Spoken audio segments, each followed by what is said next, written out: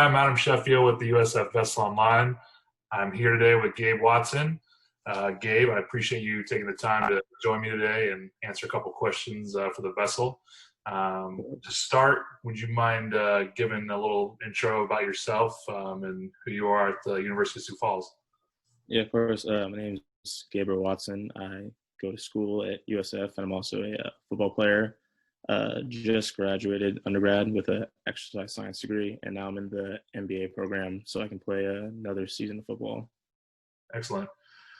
All right, Gabe. Well, to start, obviously the big thing on everybody's mind right now is COVID-19 and everything going on. So I wanted to kind of get your kind of thoughts on, now that restrictions on college sports is being lifted, how do you feel about playing while the coronavirus is still a big issue in our country?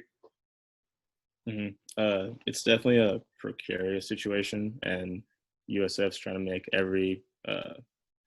take every precaution necessary, like all the screening process, making sure everyone who's sick stays home. Whoever's in close proximity with those who are sick also stay home.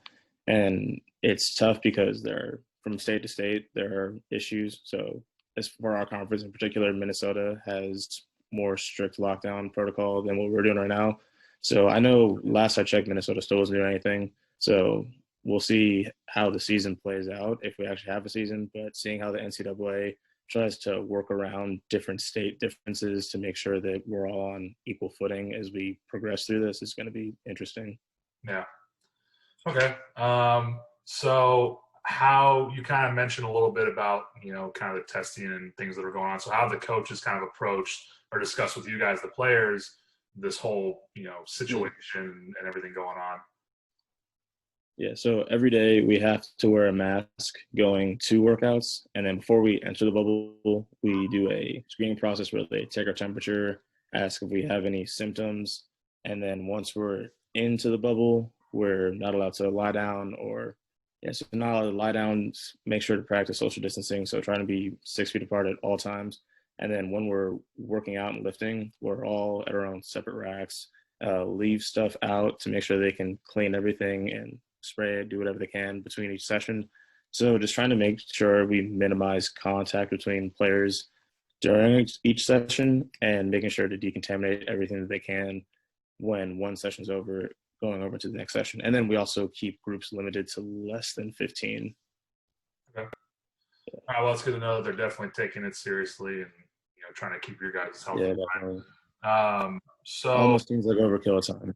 Yeah, I mean, definitely. And so but you gotta be. Yeah. Going back, I'm curious though, now that you're in the process of kind of going into the season and training with, back with the team again, what was your training like, during the time off from the team, and what were you doing to stay in shape to get ready for where we're at now?